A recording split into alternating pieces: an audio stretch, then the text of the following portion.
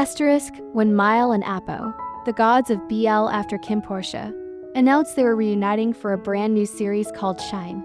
The entire BL world went viral. Twitter trends exploded. Fandoms lit up like fireworks. People were calling it the second coming of BL, 8 episodes. A historical drama.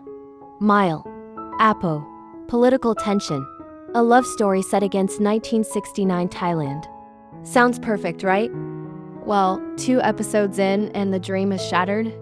What we've gotten so far feels less like a masterpiece and more like a train wreck in slow motion. And trust me, babe, this one hurts. Because Shine might just be the most anticipated BL of 2025 that turned into the worst BL of 2025. Asterisk. Let's rewind to KinnPorsche. Mile and Apo gave us tension, chemistry, intimacy, betrayal, power. Every scene was electric.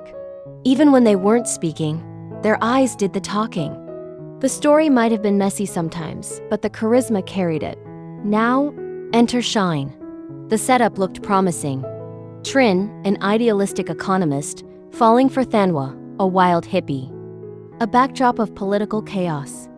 A mysterious widow named Moira thrown into the mix. On paper, genius. A mix of history, passion, and rebellion, but in reality, 2 episodes in, and we're drowning. Instead of watching Mile and Apo shine, we're watching a sea of side characters eat up the screen time. Supporting cast members get entire monologues and arcs while the leads, the ones we tuned in for, barely even show up. It's like buying front row seats to Beyoncé, but the backup dancers hog the spotlight. Brutal. Asterisk, alright, let's rip the band-aid off, the script. If Shine had one fatal flaw, this is it. And babe, it's not just weak, it's catastrophic. Episode 1 was supposed to be a hook. The episode that grips you by the throat and screams, "This is going to change BL forever." Instead, it played out like 3 different shows awkwardly stitched together. One moment we're sitting in on dry political debates that sound like they were copied out of a history textbook. Then suddenly, we're in a psychedelic hippie commune with flower crowns and vague speeches about freedom. And before you can even catch your breath, we're dropped into Moira's over-the-top drama. None of it flows. None of it connects. It's like someone took an 800-page novel, shredded it, and then randomly picked scenes out of a hat. And episode 2? Somehow even messier. At first, it teases us with Miles Trin finally getting some emotional weight. But right when you think, yes, here it comes. Here's the real story.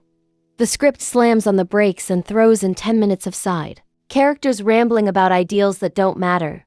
This isn't layered storytelling. It's noise. And the tragedy is that buried under all this chaos, there is a beautiful story waiting to come out. Love in an era of resistance. Ideals clashing with freedom. But the writers never let us see it because they too busy showing off everything except what the audience actually cares about. Compare that to Kin Porsche, sure. The plot wasn't always perfect. It had its wild moments.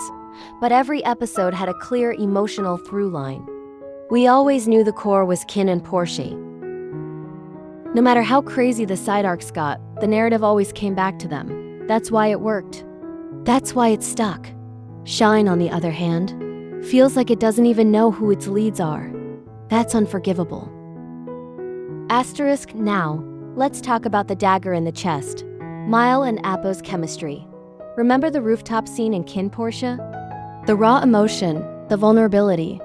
Remember the pool scene? The slow burn that suddenly ignited? Every second they shared the screen, you felt something.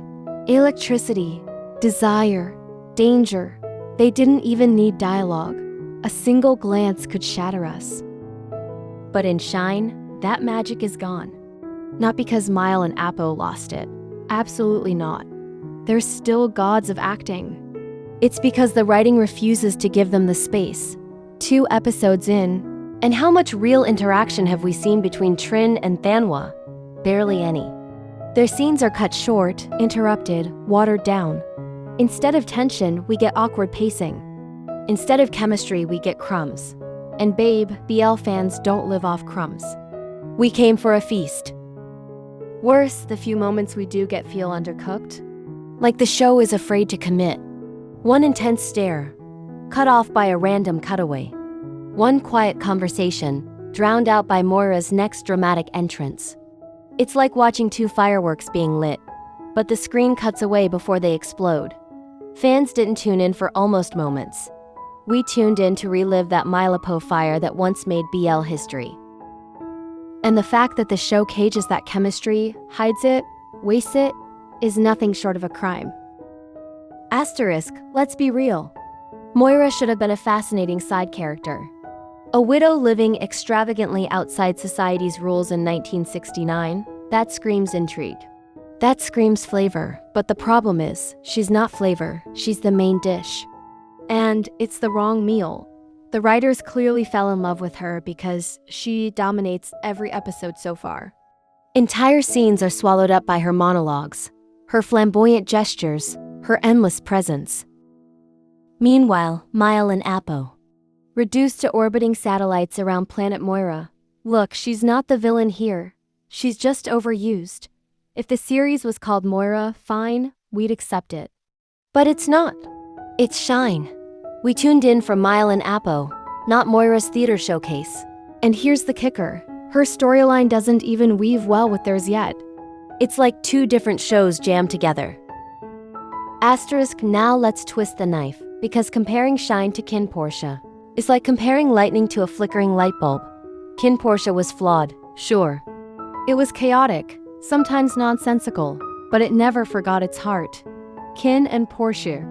The mafia plot always circled back to them. The humor built their relationship. Even the wildest side characters, Tankan, Vegas, Pete, all existed to strengthen or contrast the central love story. That's why it worked. It knew its core. But Shine? Babe, it's lost. It's wandering in circles, unsure whether it's a political drama, a hippie counterculture story, or a Moira fan club. And in that confusion, it sidelines the one thing that could have saved it. Mile and Apo. Here's the sad truth. Mile and Apo don't need a perfect plot to captivate us. KinnPorsche proved that. What they need is focus, time, intimacy, space to breathe. Instead, Shine buries them under noise. And it's devastating. Because if KinnPorsche showed us what happens when you give Mile and Apo the spotlight, Shine is showing us the opposite. What happens when you waste them? And it's painful to watch. Asterisk, let's be blunt. This feels like betrayal. BL fans didn't just casually show up for Shine, they invested. They streamed the teasers millions of times. They filled comment sections with excitement. They called this the event of 2025. And what did they get in return? Confusion, neglect. Mile and Apo treated like extras in their own story. It stings even worse because this was supposed to be a reunion, a victory lap after the triumph of Kin Porsche. Instead, it feels like watching two kings stripped of their crowns. Fans are loyal, but they're not blind. Already, forums and socials are buzzing with frustration. We wanted another Kin Porsche. What we got instead is a painful reminder that lightning doesn't always strike twice. And that's what makes this so heartbreaking. Do you think it's too soon to judge, or are you already as heartbroken as I am? Let me know in the comments. And don't forget to like, subscribe, and share this video with your fellow BL fans.